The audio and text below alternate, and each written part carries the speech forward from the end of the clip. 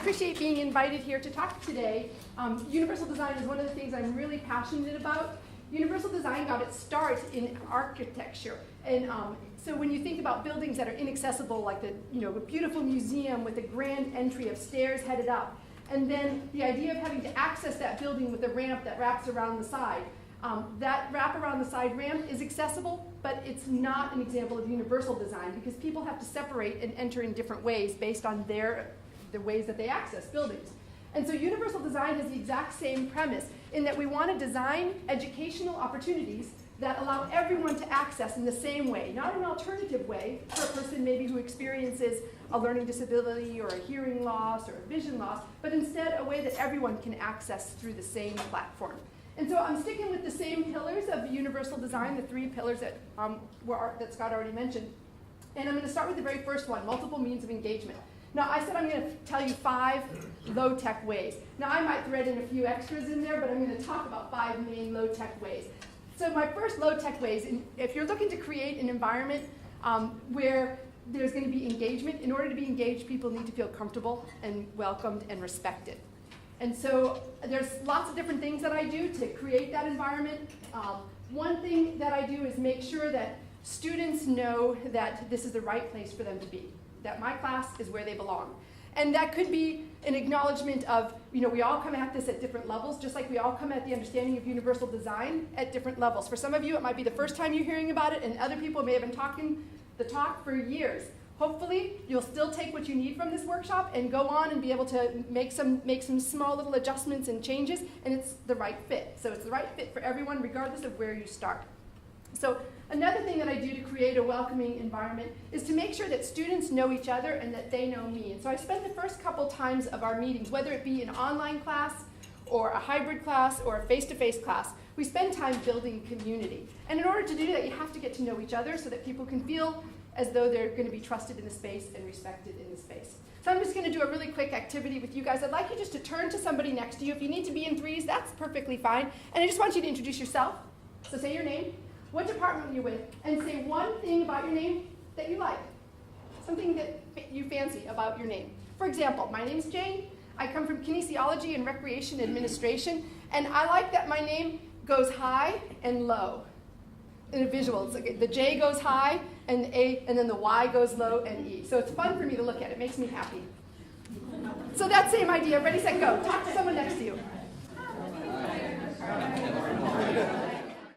Isn't it fun talking about your name?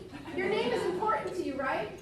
Your name is how you identify, and that's a part of who you are and what you wear on the outside of you. It's how other people recognize you. So that's a hidden message as well, is that it's important to get to know your students' names and to use their names. Whatever strategy you need, whether you have 100 students in your class or if you have 10 students in your class, it's important to try to get to know their names because then you're able to engage them and they feel respected and welcome and valued in this space. And so, I tell my students, my classes typically are 40 students. That's sort of the general class I have. But I tell my students, it is my goal to know every single person's name by 3 weeks. And if that means I have to keep asking, don't get frustrated with me because I really want to know your name. So if you start to talk to me and I can't remember your name, I'm going to say, tell me one more time what's your name. And I do that because I want to know because it's important to me. I've never had a student yet say, really, I don't want to tell you my name. I'm not invested in that. Students want you to know their names. So learn their names, take time. And a simple, quick activity like that gets people talking and makes it a more welcoming environment. So that's strategy 1, or big idea 1. Next on the list is provide multiple means of representation. So that's sort of like the how you're sharing the information with students. And so on multiple means of representation, I don't know if you noticed I switched the order around of these universal design pillars in the order that I find that they're most effective. Multiple means of representation, one thing that I do, quick and easy, is I always start with a review of where I left off. And rather than me telling students where I left off, I start with a prompt, a discussion question that they need to then pull out their notes, recall where we left off, and do a quick activity. And then that draws them in to where they've been, and it does a couple of things. One, if you have students who have difficulty with memory, difficulty with organizing their thoughts, it sort of gives them a chance to regroup around where you left off, but it also helps students who have missed. A lot of times students who experience disabilities have to miss class more often due to their disability. They may have more doctor's appointments. They may have conditions that make it so it's difficult for them to come to school. Imagine trying to attend school on a daily basis with debilitating migraines. That can be really hard. And so if you start with a review, it takes the pressure off of a student who's had to miss and allows them to feel like, okay, now I'm ready to move forward in the class. So something as simple as starting with the review. I just put one PowerPoint up, says review or warm up, and then I'll do start with an example. Like for instance, today we're talking about autism in one of my classes, and we've already talked about some of the ways in which a person with autism, who experiences autism, understands the world. And so I gave this class, they're in little tables, and I gave them an assignment to imagine that they were asked as consultants for a recreation department, again, I'm a recreation professor, and they had to come up with 4 strategies that would help increase the inclusion for children who have disabilities in summer camps. They could only pick 4 ideas. What 4 ideas would they be? So they had to go back to their notes, they had to think about what autism is, how does autism represent in various individuals, and what would be the 4 most important points. So a simple little warm-up gets them talking to each other, makes them feel grounded, and also catches them up to where you left off. I always try to summarize with 3 big ideas. It doesn't matter to me what their big ideas are. I might start off knowing what my big ideas are, but again, we all come at this at different places. So the 3 big ideas are what the student needs to take away from that lesson. So if my 3 big ideas in my head I have are these, and the student walks away with 3 different big ideas, as long as they're still based in the content, those are the right ideas for them. And so I'll try to do some sort of a wrap-up where they'll either turn and talk to their neighbor, or they'll popcorn out in class their 3 big ideas. And sometimes I have them try to agree to 3 big ideas, because that negotiation is powerful as well, because then they have to talk about what they think is important and why they think that's important. So 3 big ideas. The last part is multiple means of expression. And so I like to use activities in my classroom to reinforce what we're learning. I find the more students engage, like actually touch and do hands-on things with the content, the more likely they are to retain it. And so for every big idea that I teach, I try to embed some sort of an activity that students are engaging with that. And there's 1,000 books out there on activities that teach. And so I try to use a different one each time.